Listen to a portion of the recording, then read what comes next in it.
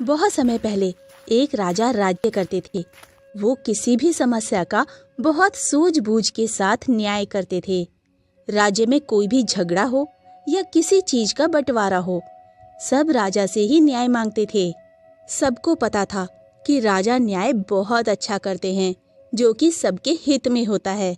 इसलिए सब उन पर विश्वास करते और उन्हें बहुत मानते थे। एक दिन राज्य में एक ऋषि मुनि आए।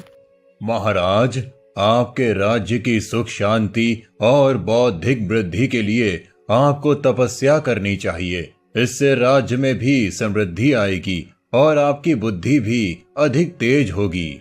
आपकी बात सही है मुनिवर, मैं तपस्या करने जंगल जाऊंगा।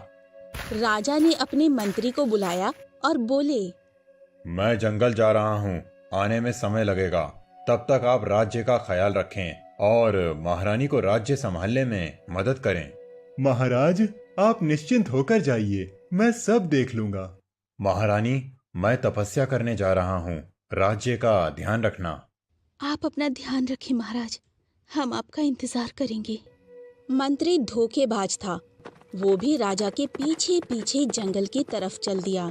राजा जंगल में पहुंचकर तप करने लगे और मंत्री भी छिप छिप कर जो जो राजा करते वो भी वही करता। हे भगवान, मुझे ज्ञान प्रदान करें। मुझे भी ये ज्ञान प्राप्त करना है। कई वर्षों बाद ऐसे करते करते कई साल गुजर गए। राजा ने बहुत कुछ सीख लिया और जो ज्ञान राजा ने सीखा वो सभी ज्ञान मंत्री ने भी छिपकर सीख लिया। मंत्री को अब लगा कि राजा अपने राज्य जाने वाले हैं, तो मंत्री राजा से पहले राज्य पहुंचा और अपने कुछ सैनिकों के साथ वापस जंगल आ गया। अब राज्य लौटने का समय आ गया है। महाराज, क्या आपने कुछ सीखा है? मैं मुर्दों को जिंदा कर सकता हूँ। हमें यकीन नहीं है महाराज। मंत्री ने सैनिकों की ओर देखकर इशारा किया।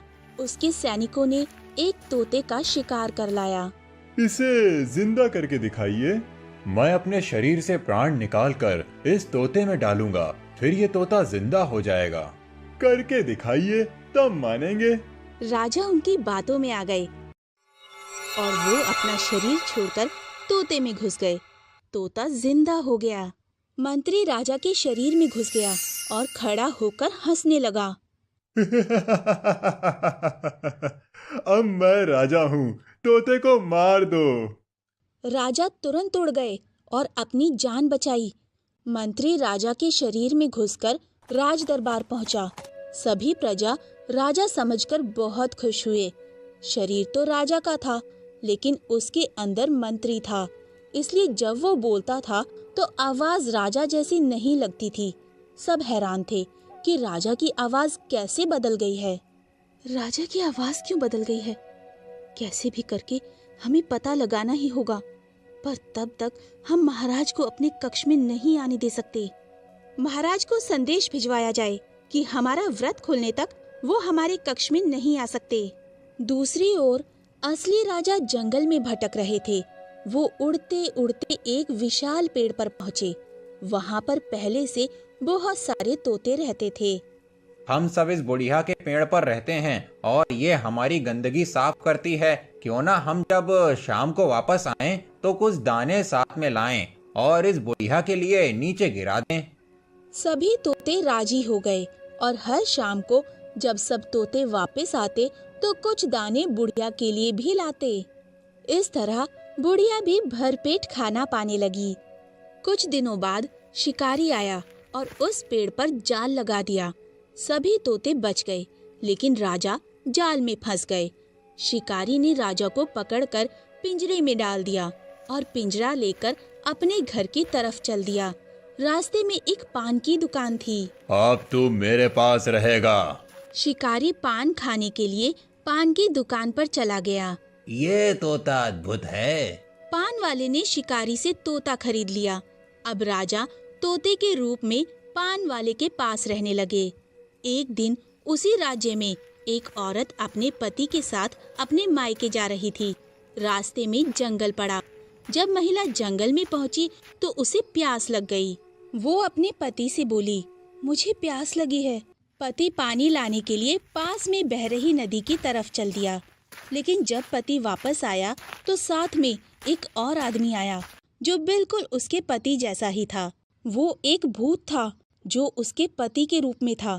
जब दोनों महिला के पास पहुँचे तो महिला समझ नहीं पा रही थी कि उसका असली पति कौन है। दोनों खुद को उसका असली पति बता रहे थे।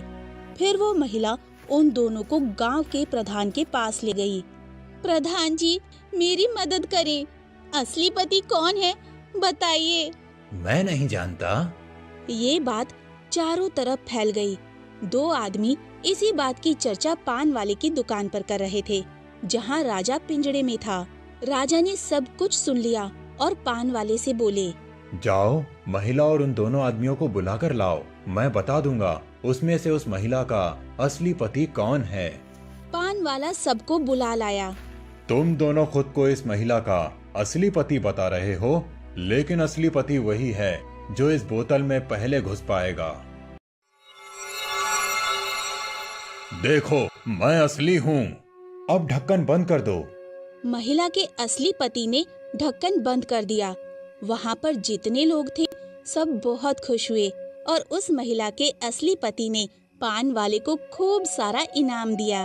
अब कहीं झगड़ा होता या कोई बंटवारा होता, सब उस तोते के पास आते और अपना न्याय पाते और पान वाले को खूब इनाम देते। धीरे धीरे ये बात रानी तक पहुँची। रानी को तुरंत राजा की याद आ गई। राजा भी किसी भी समस्या का हल ऐसे ही विवेक और बुद्धि से किया करते थे। फिर रानी एक दिन तोते से मिलने पहुंची। जब तोते ने रानी को देखा तो रोने लगा और अपनी पूरी कहानी रानी को बताई। रानी भी रोने लगी। मंत्री ने मुझे धोखा दिया। मंत्री आपके शरीर में है, उसको कैसे निकाला जाए? मैं आपको जैसा कहता हूँ आप वैसा ही करें। फिर रानी तोते को लेकर महल चली आई और तोते को छुपा दिया और तोते ने जैसा कहा था करने की तैयारी करने लगी। दासी, जाओ, राजा को बता देना कि आज मेरा व्रत खत्म हो गया है।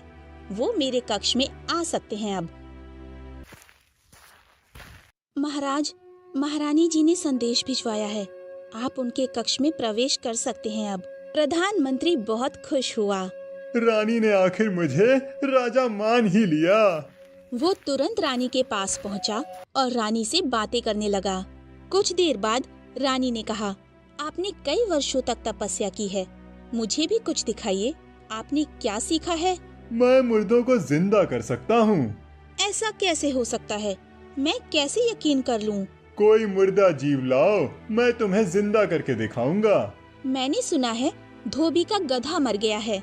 मैं उसका मुर्दा शरीर मंगा देती हूँ। आप जिंदा करके दिखा दो, फिर मुझे यकीन हो जाएगा। ठीक है, मंगा लो।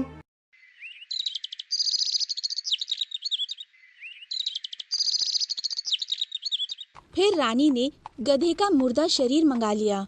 मंत्री अपनी विद्या दिखाने लगा। कुछ ही देर में मंत्री राजा के शरीर से निकलकर गधे के शरीर में घुस गया। गधा जिंदा हो गया। अब मुझे यकीन हो गया। रानी ने तुरंत तोते को पिंजरे से बाहर निकाला। तोते से राजा ने अपने प्राण निकालकर अपने शरीर में घुस गए और राजा ने दोबारा अपना शरीर पा लिया।